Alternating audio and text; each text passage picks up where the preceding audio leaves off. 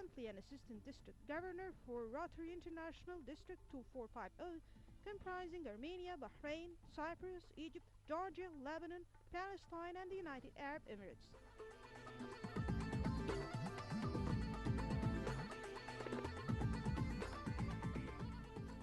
One of the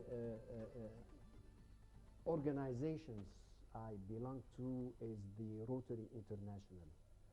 Rotary International is a big organization that was formed in 1905 by a simple idea of attorney Paul Harris, who wished to capture the spirit that he used to get in his hometown in a form of a professional club. So he gathered a group of his friends and they started this club from different walks of life. He didn't want it to be attorneys only, otherwise it will be a syndicate. You see, so they were people from different walks of life. Rotary is derived from the fact of their practice in meeting in different offices in rotation. So this is how Rotary came, you see. By the time, in a decade time, Rotary is spread all over the world in 5 continents, and it also attracted over 100,000 members.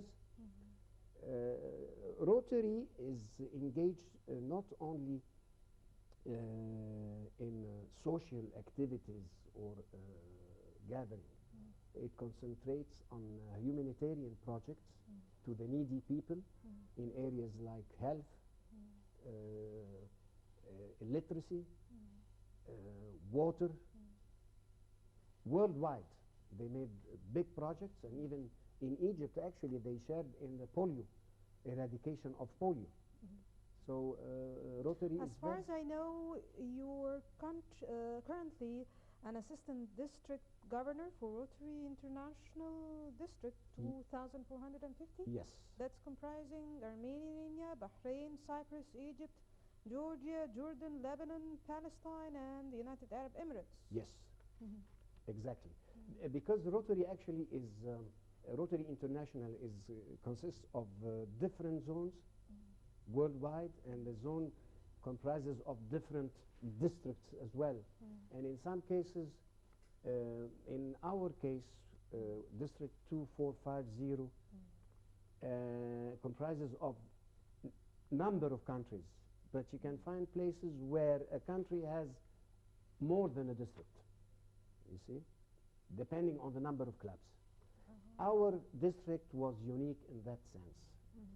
But unfortunately, this is the last year for District 2450, and starting next year, Egypt will be a district on its own.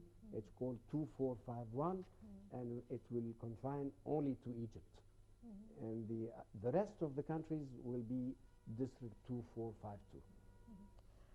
You're also a board member of the ATCE travel agency? Is that correct? Yes. It is. How did you know? Because actually, I found it in the CV. Yeah. Yes. Well, the ATCE travel agency is a travel agency owned by the Automobile Club of Egypt, Automobile and Touring Club of Egypt. And I'm a board member in the travel agency. It has been dormant for some time. We're trying to revive it and push it and make it more active.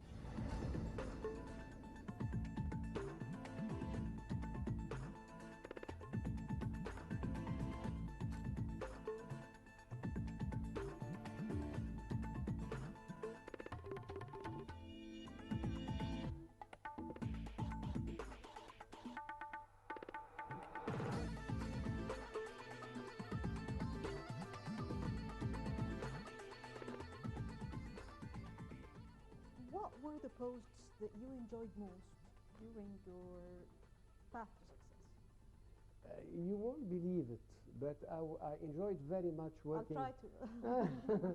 I enjoyed very much working as a senior salesman in Abu Dhabi. It gave me a chance of meeting thousands of people who were actually trying hard to be in good terms with me because I was responsible on selling a particular brand of cars, you see, and everybody was looking for it. So this, I had lots of friends. I made lots of friends in this period, and I was young as well, so this maybe helps.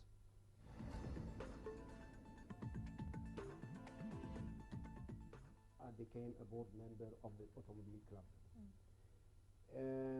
Most of the board members each is involved and responsible for a certain activity of the club's activities.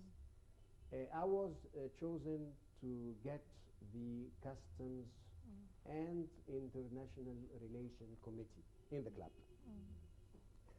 With this capacity, I was nominated by the club to represent the club in the international, in the FIA and the Customs Council. Yes.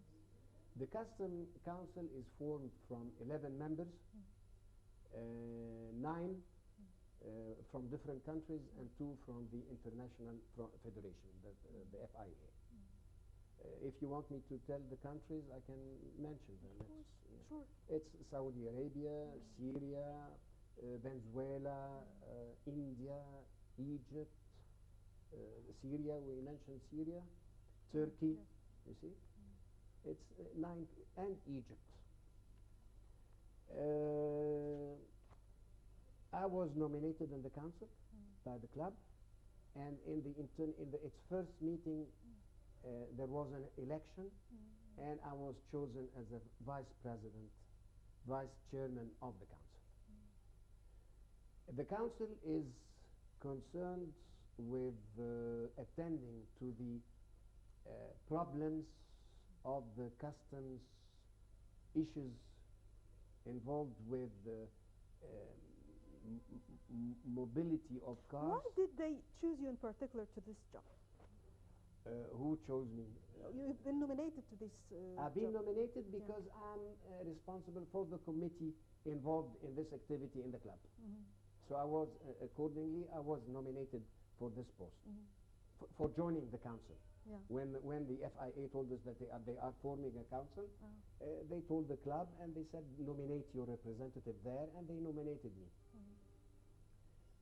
Why exactly they chose you? No special reasons? No, actually, just because As it emerged, as we were just talking before the interview, because you told me it was a tough job and they needed a tough man to the tough for the tough place. I don't know whether this was a selection. Don't put me in an awkward situation. Well, no, I wouldn't say it's a selection. It was a mere choice by members. Each member chose his committee, and I happened to choose this committee.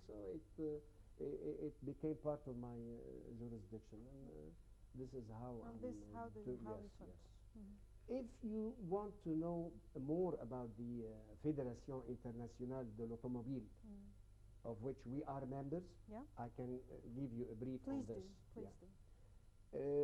The FIA is the governing body of world motorsports, and it is the federation that gathers all motoring organizations worldwide.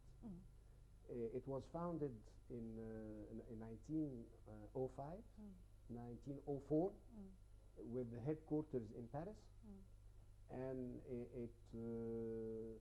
it gathers over 230 motorsport organizations worldwide in over 135 countries on 5 continents. Its core responsibility is the welfare of the motorsports and the implementation of the proper regulation and to serve the interests of motorists worldwide. It carries out the regulations and the implementation of the regulations, and it holds all the international championships, Okay. racing championships. Okay. If we wrap up your challenges, what things you consider were great challenges to your life? Everything is a challenge, actually. Every work you get indulged into is a challenge.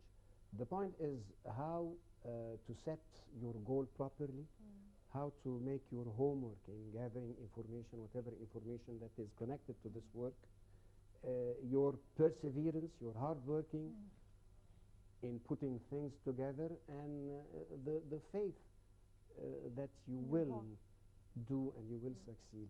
Mr. Muhammad Askar, what is it that you dream of? I have a dream for Egypt. I want Egypt to stabilize. I want Egypt to see better times than whatever we're having either in the past or in the present. I feel that Egypt deserves more than what it gets now. Egyptians are great people. They shouldn't be engaged in feuds and conflicts and I would say stupidities. We should work harder. We should look after our country. We should be more disciplined, more hardworking. I'll feel relaxed when I see Egypt in a time where you have a lane in the street that you can see. You see lines, you see traffic regulations, you see people, car drivers stopping at red lights, car driver that respect a pedestrian crossing the road, you see, a driver who fastens his seat belt, a motorist or motorcyclist. You do. I respect that. A motorcyclist, I mean, who wears a helmet. A driver who respects other drivers in the road. Only then we'll say that Egypt has progressed. Before that, it is a problem. In fact, it's a nationwide dream. Being engaged in the Automobile Club, this is one of my biggest dreams, as a matter of fact. Thank you, Mr. Muhammad, for being one of our guests. And thank you very much. Viewers have enjoyed your success story. Thank you very much, and thank you for bearing with me. No, it was a wonderful experience for me. Thank you very much. Always follow us on Facebook. We're waiting for your stories of success or the story of people who inspired or moved you. The fact remains is, think success, make it happen. Well, that does it.